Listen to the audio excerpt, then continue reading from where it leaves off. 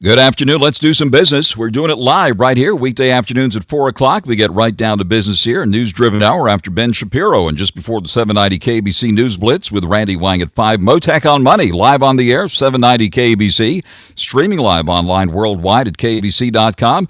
And your on-demand Mottek on Money podcast at KBC.com, Apple, iTunes, and all your favorite podcast platforms.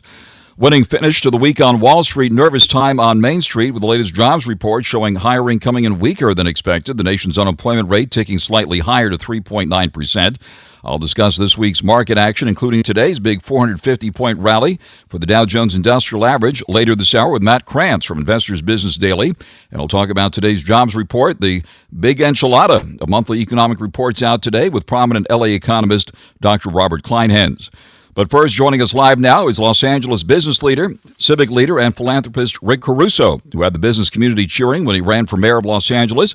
We've been following his social media feeds this week, including Instagram and X, formerly known as Twitter.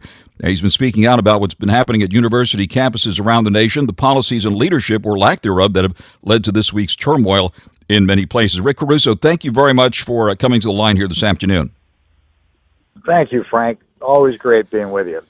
Thank you. Wonderful to have you with us, and you're number one in our hearts here. So take it from the top and give us your view of what's been happening here. Well, I think all of us are distressed. You look around the country and see what's happening on these campuses, and many times turning into violence. And my feeling on this is pretty clear. Obviously, the right of free speech is critically important, and we all respect that and should respect it. But there does become a time when speech turns to hatred. People feel bullied, intimidated, unsafe. And when you get to that point, I think it's everybody's obligation to make sure we're maintaining safety and security, especially on university campuses where you want to have an open and free dialogue and sharing different points of view. But they have to be done in a way that doesn't make somebody feel unsafe or make somebody feel like they're going to be hurt. And many of these campuses have turned violent, and I don't think it should be tolerated. And people should be held accountable, and if they're breaking the law, they should be arrested and pay the consequences for that. Otherwise, you just open this up to a continuum of lawlessness, which is not good for the campuses or the cities around these campuses. On the air live with Rick Caruso, and we've seen, of course, horrific examples of anti-Semitism on many of these campuses, and the American flag being ripped down and replaced with other flags. What's your reaction to all that? Well, again, Frank, I just think there's a wide-eyed clarity to this. I mean, how is there even a gray area when people are talking about eliminating a nation, eliminating a culture, eliminating a religion? The answer to that is that's wrong. And it should be condemned in the strongest of terms. Lowering the American flag and raising a flag of another country is wrong. And the reason that's important is because that American flag allows everybody to have the freedom of speech. And I just don't think we should tolerate the flag coming down and the flag of another country going up. It was so great to see in New York the firefighters putting back the American flag.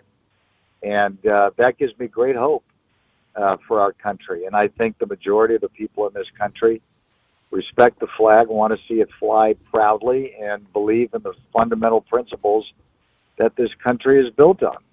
And more people, I would hope, speak out about that, and also thank our police forces and our fire and our paramedics that are having to go into these situations at great peril to them.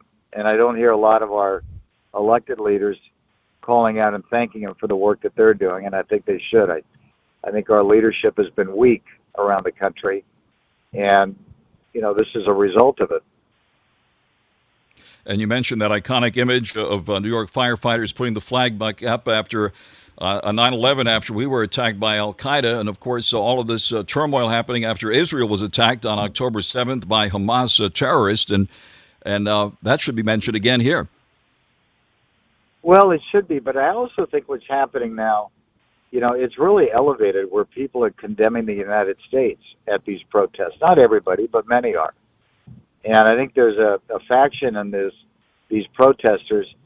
Many of them are not students. They're professionals at what they do, and that's very troubling. And I think they need to be called out. I actually hope, DOJ, the federal government, comes in and does an investigation as to who are in these groups and what's going on. And again, holding people accountable for the crimes that are being committed, the property crimes, the hate crimes that are being committed on these campuses around the country, and put a stop to it.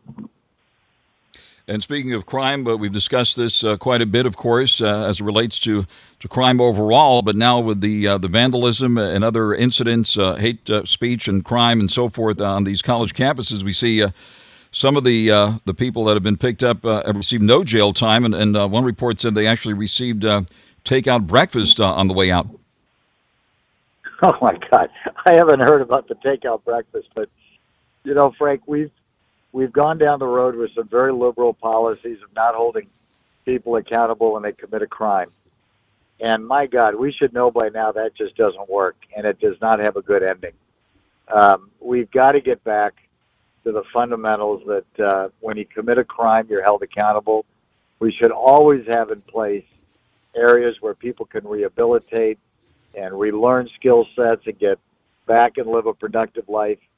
But if you're a serial criminal, you need to be held accountable. You need to have jail time and then go back into society. But these policies have got to change. And property crimes continue to increase in Los Angeles. The homeless situation has increased in Los Angeles. And we can fix it all. There's a path to fix it. Other cities are doing it. I just question the courage of the leadership that we have. And it's not happening, and it's a failure, and it's very disappointing and sad for our city.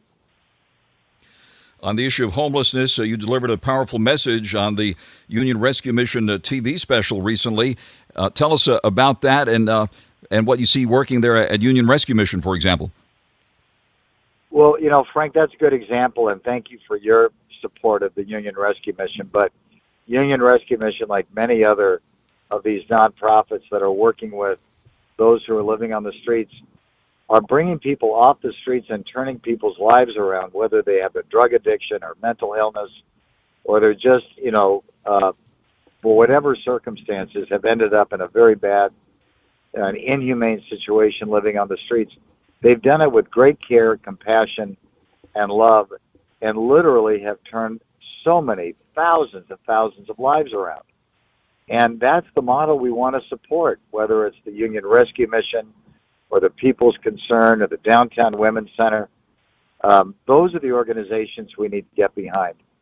Many of the other programs that the city is doing have failed, and we know they failed, but we continue to spend money on them. Last year's budget was $1.3 billion for the homeless cause, and the homeless situation just got worse. So let's follow what's working. And Union Rescue Mission, I think, is a real bright star in our city. That is wonderful. Thank you very much for your support there. It's been an honor to host the Amazing Stories from Skid Row show with Kitty Davis Walker, which airs, by the way, at 8 a.m. Saturday here on 790 KABC, and hopefully have a chance to speak with you specifically on that issue, on that program here as well, Rick Caruso. And of course, on the economy, we got that big jobs report today, and it's been a choppy market. Give us your thoughts about what's happening on the business scene here at the moment. Well, it is a choppy market on the stock market. I know we ended up with a positive day today, a good positive day today. But, what we continue to see, and I've talked to a lot of people out in the business community, the consumer is still spending money. They're still engaged. Our attendance on our property still remains strong and growing. Retailers that we've talked to are continuing to see strong sales and sales growth. So, the better retailers are continuing to have success. So the consumer overall is still feeling good and spending money. Now, maybe at some point that's going to change, but there's an enormous amount of capital that's been pushed into this economy, and that's what's fueling it. But, I'd love to see inflation numbers go down. A lot of people are hurting. It's expensive to pay rent. It's expensive to buy food. And people are getting squeezed. So hopefully inflation will come down and interest rates, we'd all like to see come down. And probably not until the end of the year now, if at all this year. But I'm still very optimistic on what's happening. Going to be a bumpy road, but I think overall positive. All right. And on commercial real estate, which still is a concern, although the Fed chair didn't mention that in his speech the other day. But look at what's happening in downtown. We still have that graffiti tower situation there downtown. I haven't heard too much more about it. Any thoughts about what's happening on the commercial scene, especially in the downtown Los Angeles area? Well, downtown breaks my heart. I mean, we shouldn't be allowing what's happening downtown. The impact on rising crime downtown and homelessness. Buildings have emptied out. People don't want to lease downtown, have offices downtown. Other markets in Los Angeles are doing extremely well because they're safer and cleaner, like Century City, I think, is at record highs. And downtown LA is at record lows, other than record high for vacancy. And so it's a terrible thing. And those two towers with the graffiti on it are just, a big billboard that's saying that our downtown is in a dysfunctional place and stay away. Our city leadership, again, should never have allowed that to continue, and we should be turning downtown around so businesses can move back in. And small businesses take the brunt of it because there's no downtown population to support the restaurants and the vendors that are down there, so many small businesses. But the office building market, I think, is going to continue to have a struggle across the country. Some pockets will be fine. The interest rate staying high, I think, is going to be tough for them to get through. So we'll see how it goes. But I certainly wouldn't want to be owning office buildings in downtown LA. I think LA City leadership should come to the rescue and help. On there live with Rick Caruso, and the Los Angeles area is about to host what they call the Davos of Beverly Hills. The Milken Institute Global Conference will be starting early next week, and a lot of world leaders will be coming in and seeing Los Angeles, the city of angels, firsthand. I'm sure you're going to have a chance to interact with many of those folks as they come into Beverly Hills and the Los Angeles area this weekend, right? It's a great thing for our region. Mike Milken and his group put on an amazing conference. It's a world-class, world-renowned conference. And to your point, people from around the world, some of the best and the brightest in different industries, are all going to be here, which is great. And I'm looking forward to being there and meeting people and certainly learning about new things that are going on in people's businesses. So I think it's absolutely amazing. And I'm going to try to get as much time there as I possibly can and learn as much as I can from some really smart and talented people. I assume you're going to be there, Frank, and I hope to run into you there also.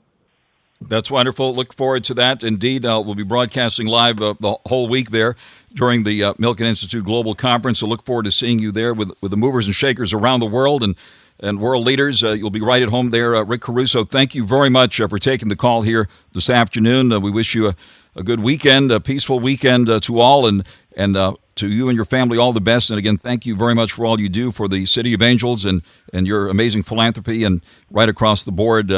Thank you so very, very much for joining us live here this afternoon. Thank you, Frank. God bless you. Take care. See you soon. Thank you very, very much. Rick Caruso live with us here, Mottek on Money on 790 KBC. Folks, let's be honest. Sometimes we find ourselves or a loved one dealing with a massive injury caused by a terrible accident by no fault of our own. Sometimes it's simply being in the wrong place at the wrong time. We're good at preparing for earthquakes and fires, but let's not forget to prepare in case we're involved in a major accident. It's absolutely critical to know who to call first. Clark Fielding became an attorney to help you in a crisis. Fielding Law is focused on justice and resources for you because they understand how the system works and what to do in the most horrific situations. I always say to put the Fielding Law team in your phone under the word accident, so all you have to do is hit dial.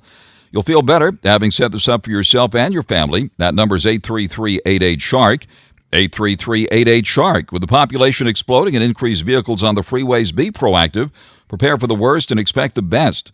But if and when you do need help, call Clark Fielding and his team of sharks at 833-88-SHARK.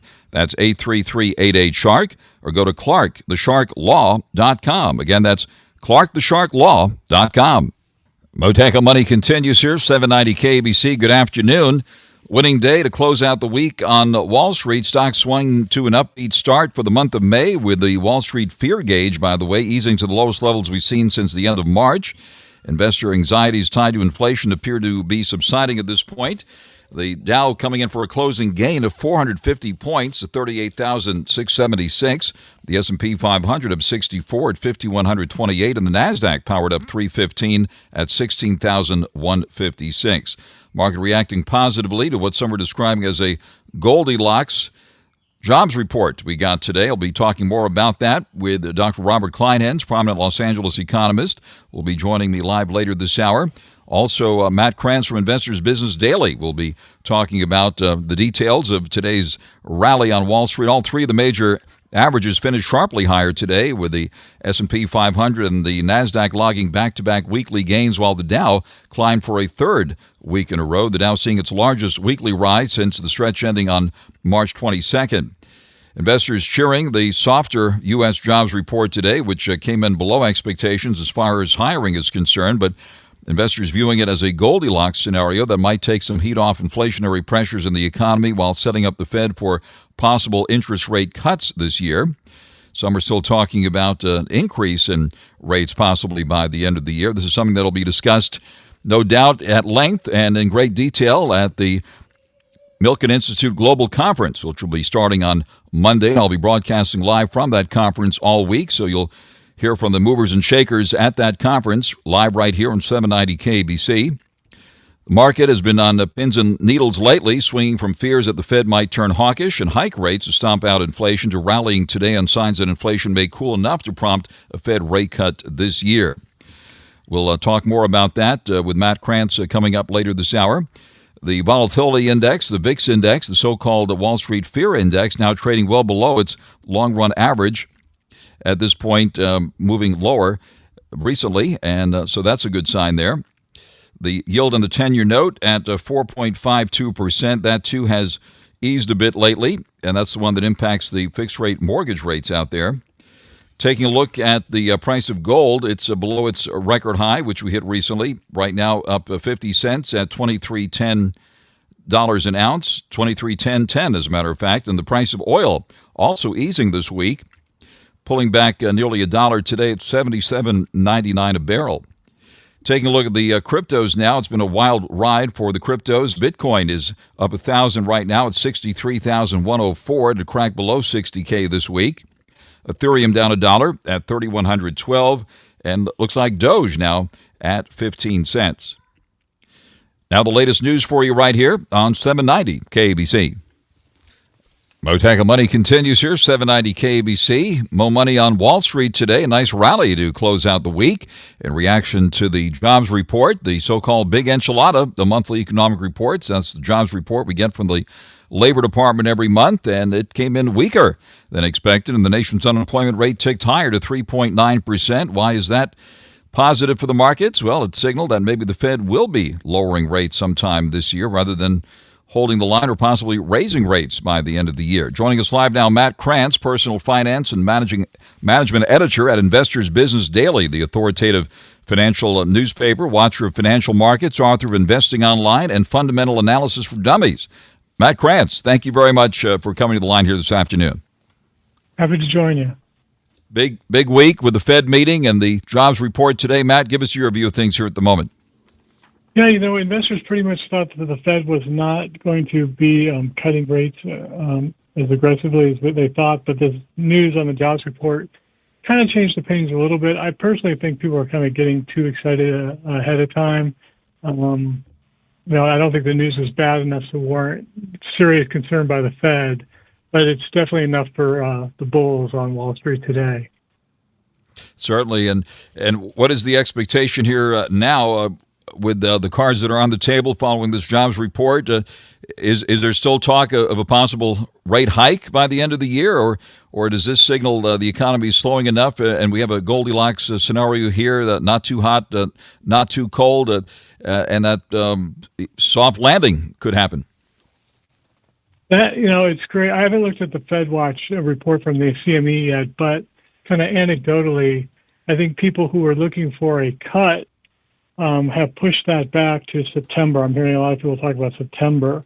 Not really hearing any talks of a hike, but you never know how things can turn out. Right. Of course, we got the whole world coming here, Matt, this weekend for the Milken Institute Global Conference. So there's going to be some very high-level discussions on the economy and the markets and everything else. So we're going to get a pretty big update here. Of course, the U.S. Interconnected with the world. Obviously, a lot of geopolitical concerns at the moment. Was talk about a recession here in the U.S. last year, but that didn't happen. But it looks like some countries in Europe are experiencing recessions, right? So give us the big picture here. I think the big surprise globally has been the economy did not fall apart. People like to talk about, how rough things are. Things are actually pretty good. The economy in the United States is strong. There's problems in Europe, but they're at least growing in most parts. The interest rate hikes that we were fearing haven't happened. In fact, there could be some cuts coming. Meanwhile, we have this thing called AI, which we really cannot. I know it gets hyped a lot, but it has the potential to really change a lot of industries like healthcare and technology. And I think there's a lot to be bullish about. The big question for me is, if the economy is so great and everything's doing great, we've got markets going higher and jobs are plentiful, why does everyone think it's so bad? That's the question I have, and I think that's the question they're going to try to figure out this weekend. Of course, AI, another big subject, and we'll hope to get some of the current thinking on what's ahead in AI from the Milken Institute Global Conference next week. Kathy Wood, a frequent guest of that conference. We'll be looking for her as well, as CEO of ARK Invest. And, of course, she's had a big run with the Magnificent Seven, and then that big pullback in Tesla, and then a bit of a rebound here. What about the Magnificent Seven here? And I know you've written often about Kathy Wood and her performance, as well as the Magnificent Seven overall. She's a great case of what's going on. She's all about Tesla, right? So she really bet big on Tesla. Tesla's down 27% this year. She's down 13%. Keep in mind, she had the best diversified U.S. ETF last year, ARK Invest. This year, she's one of the worst. So it's just kind of a great example of how this market has kind of caught a lot of people off guard. And even Apple's down. But the thing that's shocking to me is NVIDIA.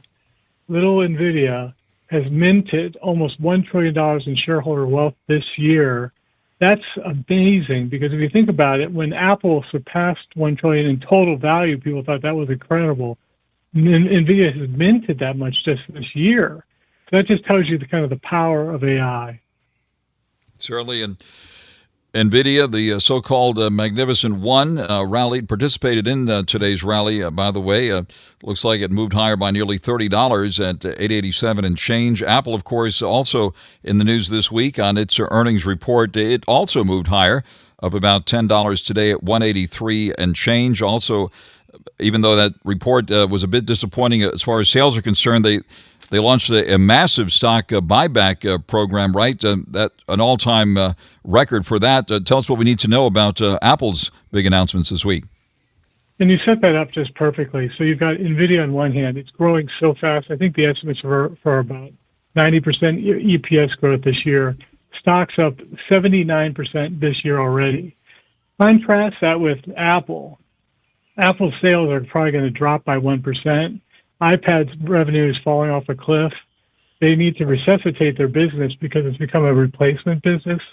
As a result, what do you do when you don't have any exciting product stuff anymore? You do a stock buyback and increase your dividend. So it's a totally different story, but investors want that growth, and they're getting it from NVIDIA. All right. Anything else among the Mag 7, or are we down to the Fab 4 now, or just the Magnificent One there, NVIDIA? Anything else that strikes you with those big names that have rallied on the AI craze since last year? Yeah, I'm really kind of intrigued with Amazon. Really good earnings this week. They're really well positioned. They have not been running as hard as NVIDIA. They're up about 23, which is amazing to think. They're up 23%. They're not up as much as another stock. That's just incredible. But they show that they're really well positioned, and they're working on their core business, getting that cleaned up. this stock's up 80%, and it's probably a better deal than some of the other stocks that have run up, like NVIDIA. All right. What about oil? We're watching, obviously, a nervous time in the Middle East, and on every headline, oil could make a big move one way or the other. In this case, it was down this week, actually, on the reported talks, the ceasefire talks going on between Israel and Hamas in Egypt this week. What about oil, which has pulled back below $80 this week? Oil is pulling back. I think there's some concerns about what's going on in China. China's a huge consumer of oil. We're getting a lot of mixed results from there. Apple this week said that their sales in China weren't great. It's hard to tell if that's demand or if that's competition. It's probably a little bit of both. I think oil kind of plays into that. It's interesting too. As soon as oil prices start creeping up, then we see more interest in like EVs and solar. So it's kind of nice in a way that oil kind of has a check and balance with the green energy plays. All right, let's get to the exciting stuff now. A wild ride for Bitcoin this week, cracking below 60K after hitting a record high in the last month or so. What's the buzz on the crypto world here? Yeah, so I love looking at BITO, which is the ProShares Bitcoin Strategy ETF. So this year it's up 23%, which is pretty amazing. What's kind of cool about it is that's twice the return of gold. Gold's up about 11%. So the idea was that a lot of younger investors were going to turn to Bitcoin for kind of a store of value. It hasn't worked out that well, but it's actually performing even better than a store of value, and it's really starting to come to its own. And I'm starting to see more kind of legitimate large money managers talking about having an allocation to Bitcoin. Might be performing well at this moment, right? But in the blink of an eye, the fortunes could be reversed. Yeah, anytime you're buying basically nothing, it kind of scares me. I mean, but with that said, I mean, people will say that why is that any better or worse than buying a shiny rock, which I totally get. But you make a great point. I mean, it's having a great run. It's up 51% in a year's time, in 12 months' time, which is incredible. But you're right. It's a highly volatile asset, and it can turn on you in a second.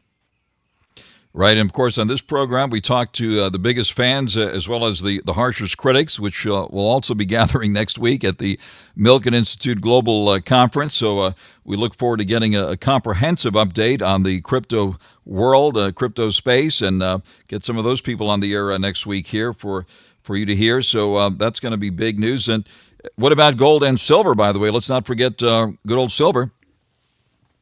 Yeah, they're both strong. Some people like to think that silver has more industrial uses, and that makes it less volatile sometimes.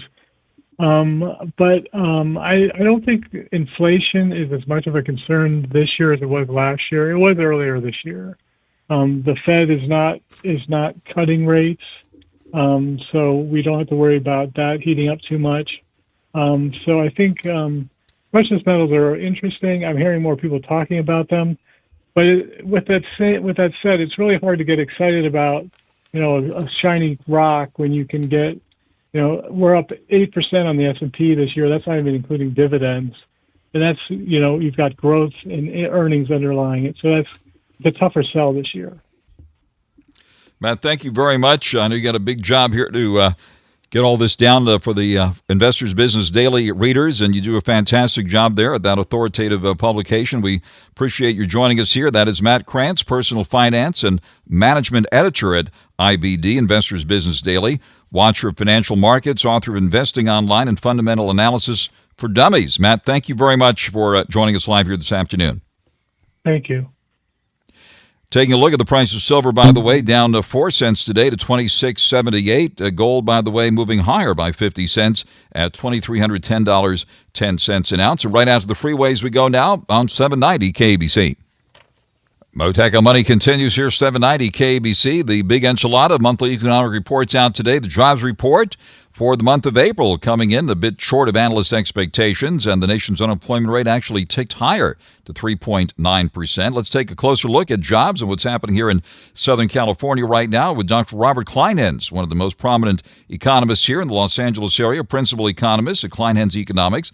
Director of the Office of Economic Research, Adjunct Professor at Cal State Long Beach, Research Fellow at the Inland Empire Economic Partnership, former associate top economist over there at the California Association of Realtors, as well as the former top economist at the LA EDC. Sounds like we got the right guy on the line here, Dr. Robert Kleinhens. Thank you very much for taking the call here this afternoon.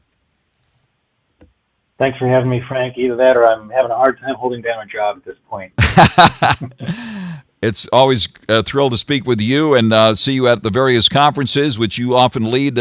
So thank you so much for taking the time to be with us. Give us your thoughts on the job numbers that came out today. Sure. Let's, keep in mind that the Fed has been trying to get us to achieve this soft landing, which means slower growth and slower job growth. But that also means that the unemployment rate may tick up. And indeed, that's exactly what we got. We have a somewhat slower pace of job growth that came in this month compared to recent months. Still above the long-term average, by the way. In percentage terms, the U.S. Job market added jobs at a 1.8% clip year over year, which is quite a bit above the long-run average. And the unemployment rate's up to 3.9%. But the full employment rate of unemployment that economists often think of for the national economy is closer to 4.4%. So we could see the unemployment rate edge up a little bit and still say that the economy is growing. And indeed, that's what's happening when we take a look at GDP, because the report that we got, I guess was last week, shows that GDP in the first quarter was up 1.6%, which again is right around the long-term normal. So the economy is slowing. That's the desired outcome on the part of the Fed. And yet, on the other hand, everybody wants to see the Fed cut rates. And we have heard that the rate cuts may not be happening soon, maybe not as numerous. But the Fed's actions are having their effect. On the air live with Dr. Robert Kleinhens. And let me ask you this. The LA economy is bigger than many countries. As you well know, having headed up the LA EDC's Economics Research Center there, and we did hear from the LA EDC earlier this year, and it looks like economic growth here is only predicted to be about 1%. What's your view of the local economy here, which is as big as some countries? In fact, the second largest economy in the Western Hemisphere, third largest in the world, basically. Well, LA County and all of Southern California have had some challenges. All of California. If you take a look at the biggest picture for the state, our labor force still has not fully recovered from where it was before the pandemic. So that's constrained our ability to grow to a certain extent. And that's also true of LA County, true of Orange County. The Inland Empire counties have seen their labor force grow. But to date, so we just got done with the Southern California Association of Governments meeting in Palm Desert, and there I pointed out that our labor force in that region is still a couple 100,000 shy of where it was before the pandemic, and employment is about 300,000 shy. So those are some ballpark numbers that tell us that we've got some room for improvement. On the plus side, we saw that the demographic numbers, the population numbers have turned around based on the latest reports that came out earlier this week. So we have a mixed bag, but we've got some very solid performances in terms of healthcare, which is showing some substantial job gains. Leisure and hospitality continues to recover from pandemic era job losses. Transportation warehousing is stabilizing.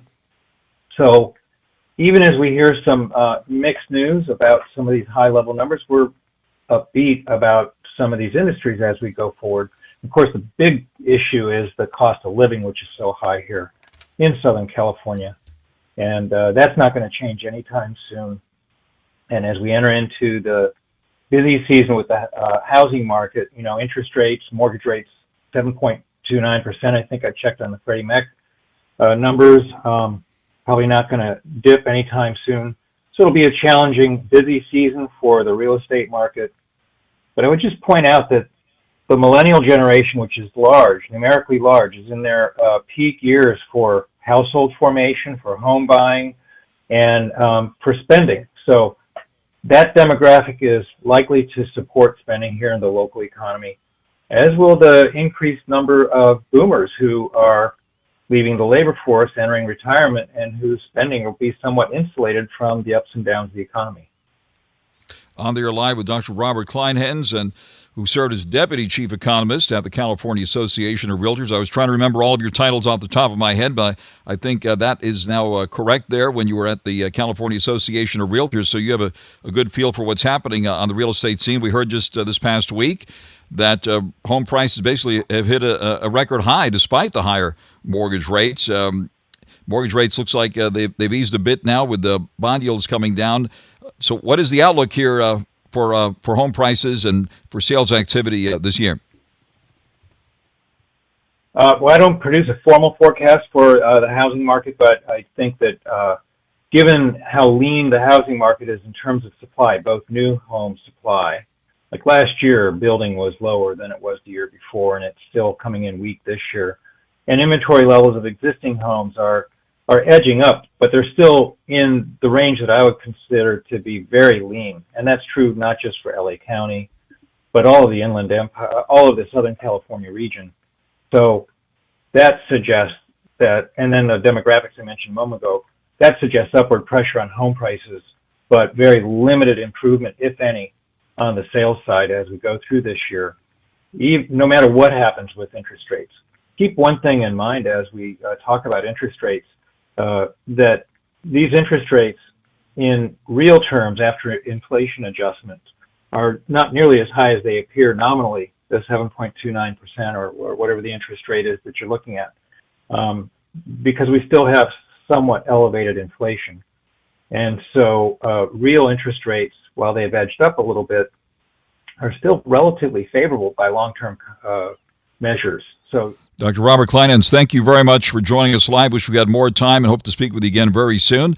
Dr. Robert Kleinhens, principal economist at Kleinhens Economics, live with us here on Mottek on Money on 790 KBC. Stay tuned now for the 790 KBC News Blitz with Randy Wang. I'll be doing more at 4, live from the Milken Institute Global Conference next week for you here on Mottek on Money on 790 KBC.